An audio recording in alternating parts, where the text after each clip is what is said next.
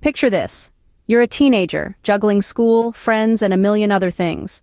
Life feels like a circus act, and you're the star performer, trying to keep all the balls in the air. And let's not even get started on the high-wire act of social expectations. One misstep, and you feel like you're falling into the abyss of uncool. Then there's this wild beast called identity. You're on a safari trying to hunt down who you are while dodging the stampede of who everyone else thinks you should be. It's like being in a maze where every turn takes you to another question. Am I good enough? Am I doing it right? Why can't I fit in? It's like being in a never-ending episode of Survivor, only this time the island is your life.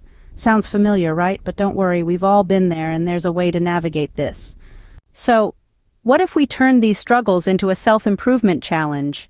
Imagine taking the reins of your life and steering it towards the path of growth.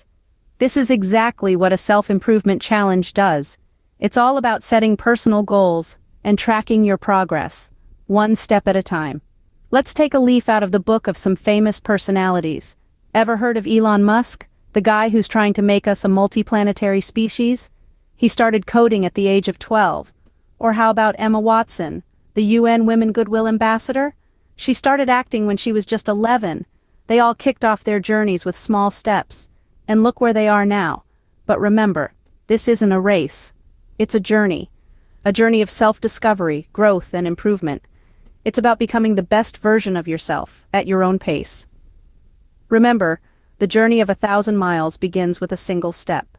Let's dive into the first step of self-improvement, setting goals. Picture this. You're at the helm of a ship without a map, no compass. Scary, right? That's exactly what life's like without goals. They're your compass, your guiding star. Now, how do we set goals that really count? Ever heard of SMART goals?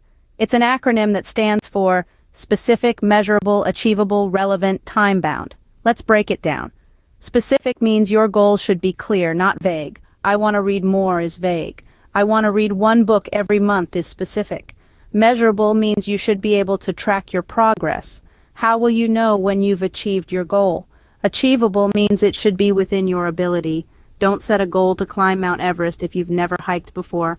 Relevant means it should align with your life's direction, and time-bound, set a deadline. Deadlines breed urgency. Goals give you focus, direction, and a benchmark for determining whether you're actually succeeding.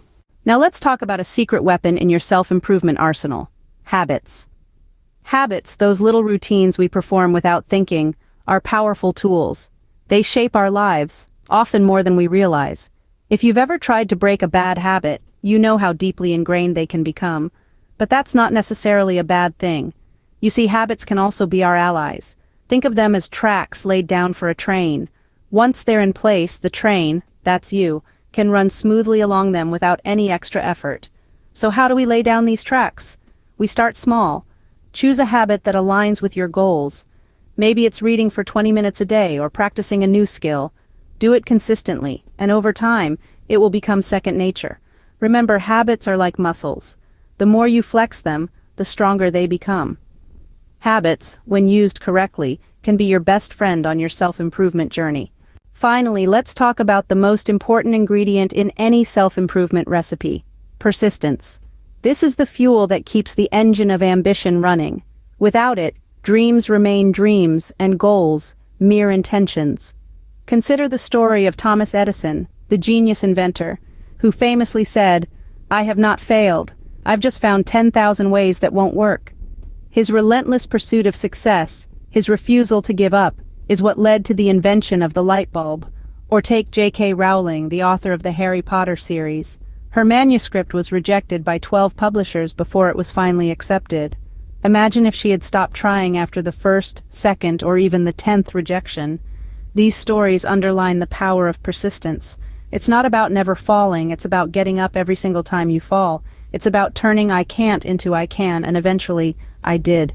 Remember, the only time you fail is when you give up. Keep pushing, keep improving, and you'll get there.